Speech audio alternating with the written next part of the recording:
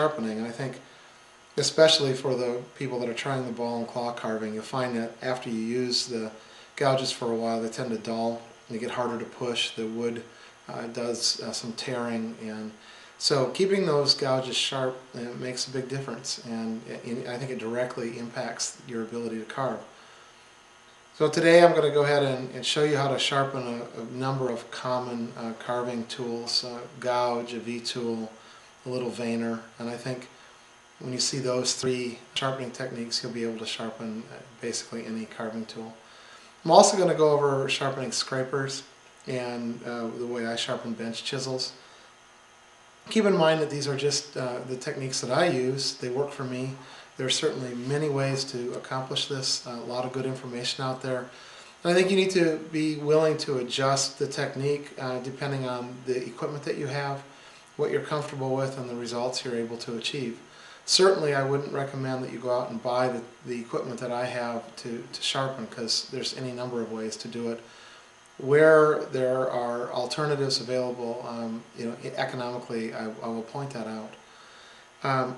But I want to make a note that for me, and this is especially true in carving, that I put a premium on the speed at which I can, the speed and the ease for that matter, of which I can do my honing of the carving tools.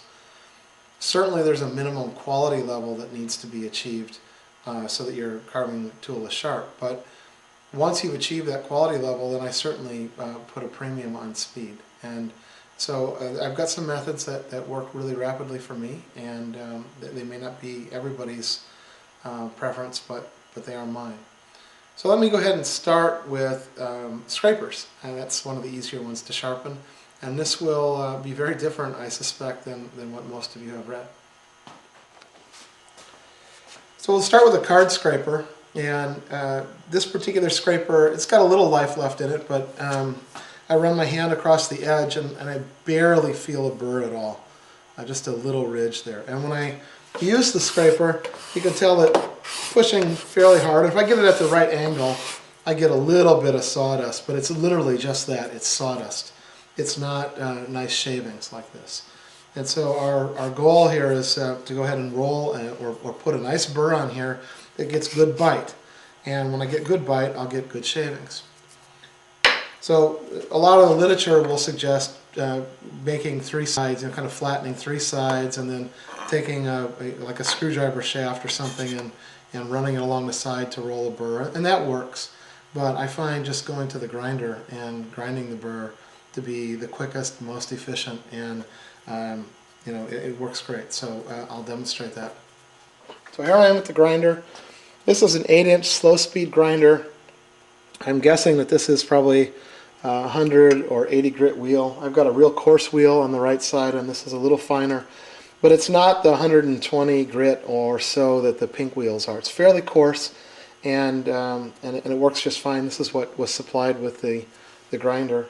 I've got a Veritas rest on here. I like the maneuverability of this. It allows me to adjust the angle very quickly, but again, almost any rest will work.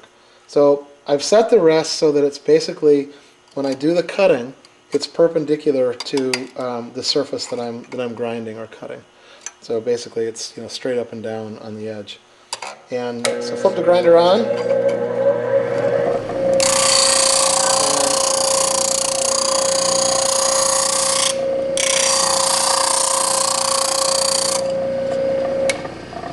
That's it. Now, if I run my hand on the back side of this, I've got a nice burr. I don't have much on this side, so I'll probably touch up this side.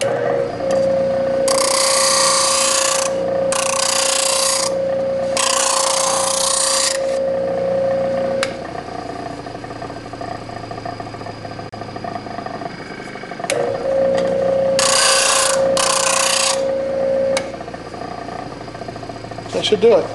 We'll see how much better this works this time. And now I can really feel it cutting. And look at the shave. I don't know if you can see these, but let's look at the shavings that are coming off now compared to the little sawdust that came off last time. And literally, I'm here. The grinder wheel hasn't even stopped rolling yet, and I'm already using the card scraper, and it works just great. So that's how I sharpen a flat card scraper. Pretty easy. Now, I'm sure that a purist would say, well, you could, by using the grinder method, I could leave some, light grooves on the wood that I'd need to clean up, and that may be true, but I really have rarely run into, right off the grinder wheel, a problem with the surface that I leave behind with the card scraper that just a trivial sanding doesn't take care of. So to me, this is the easiest way to touch up card scrapers and to keep them, really cutting nice shavings. The more hook you put on here, or the more burr you have, the more aggressive it'll be at removing material. You can sort of dial that in by how big of a burr you put on, and it really works well. I'll do the same thing for these profiled scrapers. Let's go over to the grinder and touch these tips. The same basic strategy. Turn the grinder on, keep this orthogonal to the wheel.